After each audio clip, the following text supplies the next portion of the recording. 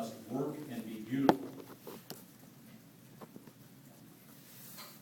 Architecture involves risk. His architecture, as it argues. So why does he think his architecture involves risk? And what nature of architecture and systems is causing that risk? Architecture requires integration at scale. You said that, isn't it?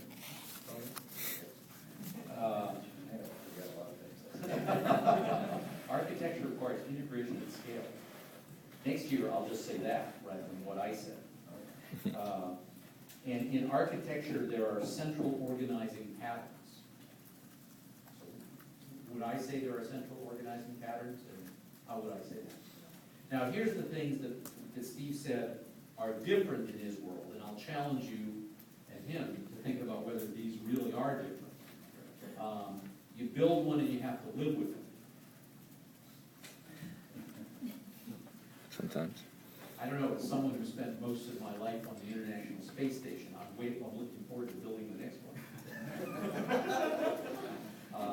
But you know, there are times when you build many things or something in engineering, and there are times when you build one of them. This type of architecture is, my way of saying it, intrusive on the environment. That is to say, it forces people to notice it and interact with it as they walk by a building. So, you know, who invented the laptop, and don't you think it's pervasive? And almost every one of you have one in front of you. Yeah, but I'm not throwing up if I see one that I don't like to look at. That's just because you're not so fussy.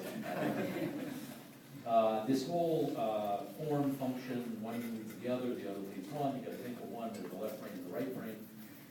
I'll let you think about that. But I'll leave you with with something that I think really is true, Steve said.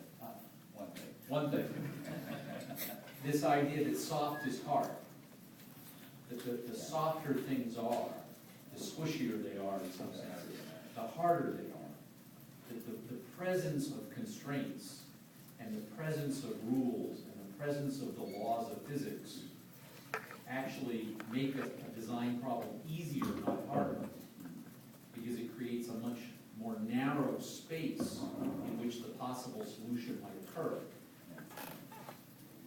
You know, and if you think of sort of engineering things, you know, probably at one end you get something, you know, just to use a sort of trivial example, like a gear, where, you know, if you want to get rotation at this speed to rotation at this speed between two shafts, there's only about one or two real solutions at the conceptual level. You know, there's probably gears and belts, and maybe rolling plates, and that's about it. And you can give to a relatively junior engineer that problem, and they'll probably come up with the right answer. You know, and then in the middle there might be large, middle of our spectrum, there might be large electromechanical systems.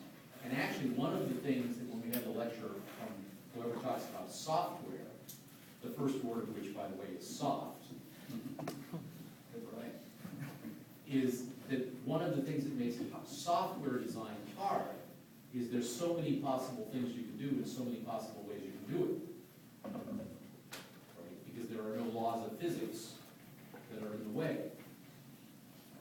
That's the laws of nature. Yeah. Right. So you know, and then what Steve does is sort of pass that on the spectrum. Right? There, you know, it's all soft. Well, it's not all soft. There's a big soft part. And Steve has a big soft spot in his heart. It comes in business. So thank you for coming.